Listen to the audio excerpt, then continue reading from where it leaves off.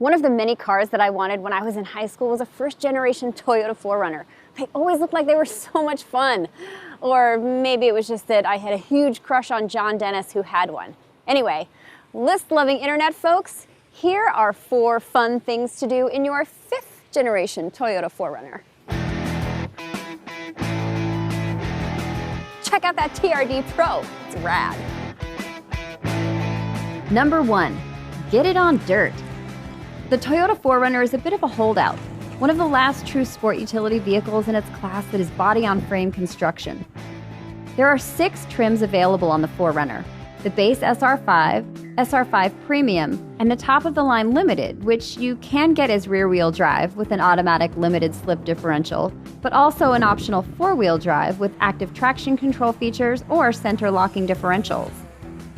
If you're really looking for dirty credentials, then head to the other 3 trims: the TRD Off-Road, the TRD Off-Road Premium, or the TRD Pro, which add off-road goodies like locking rear differentials, modes for driving terrain, and special off-road suspension with Fox shocks and off-road tuned front springs. But let's face it, most people buying the 4Runner don't get all that stuff. And to be honest, you don't really need it. This is the Limited trim, and it's quite capable.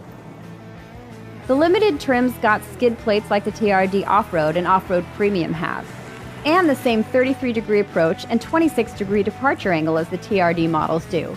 Though it lacks a rear locker, so that's one place the Limited is, well, more limited.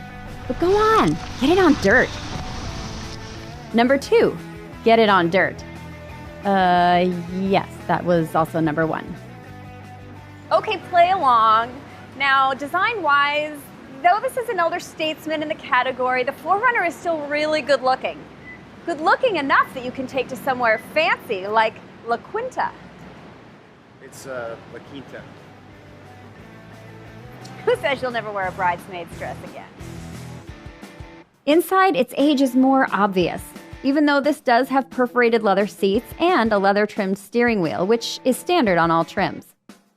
The interior is nice, but it's feeling a little bit dated, sort of like this dress from my friend's wedding in 2006. Now, the leather is nice, there's nice contrast stitching, but there is quite a bit of hard plastic, even in this high-end Limited trim. As for the center stack, it's pretty old school. Now, we've seen some of the new stuff that's coming out from Toyota on the Corolla hatchback and the Avalon, and it looks great. But this 6.1-inch screen is tiny, and the tech is not cutting edge. So Apple CarPlay is showing up on some Toyota products, just not this one yet. And Android Auto is still something they're thinking about considering. Maybe they think it's a fad. There are a few optional tech upgrades available, like navigation and safety features like braking assist and smart stop technology, but there could be tons more. It's not a Pilot with Honda sensing that comes standard, so if safety features a go-go is what you're after, then you might want to test drive elsewhere for the time being.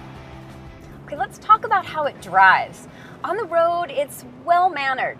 Now, if you get into the TRD models with those all-terrain tires, expect the ride to be a little bit rougher. There is only one powertrain across all trims, and that's a 4-liter V6 that's made it to a 5-speed automatic transmission, which by today's standards isn't a whole lot. This will go, but you really have to work to get it there. I expect that when this does get redesigned, there are going to be some significantly different powertrain options available.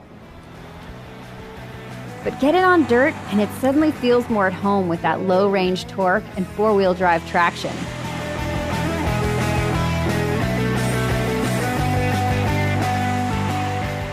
Okay, that's enough of that. Number 3, get it on dirt. Yeah, I know that was numbers 1 and 2, but stay with me. The 4Runner has great cargo space, with all the seats down at best competitors the Dodge Durango, Honda Pilot, Ford Explorer, Nissan Pathfinder, Subaru Ascent. Okay, you get the idea. So however you want to use that space, there's a ton of it. You can use it for people, or for gear, or for babies. You can put a lot of babies in here. Wait, you need the seat though. Oh! Turn it around. turn this around. But then they're staring at the headrest.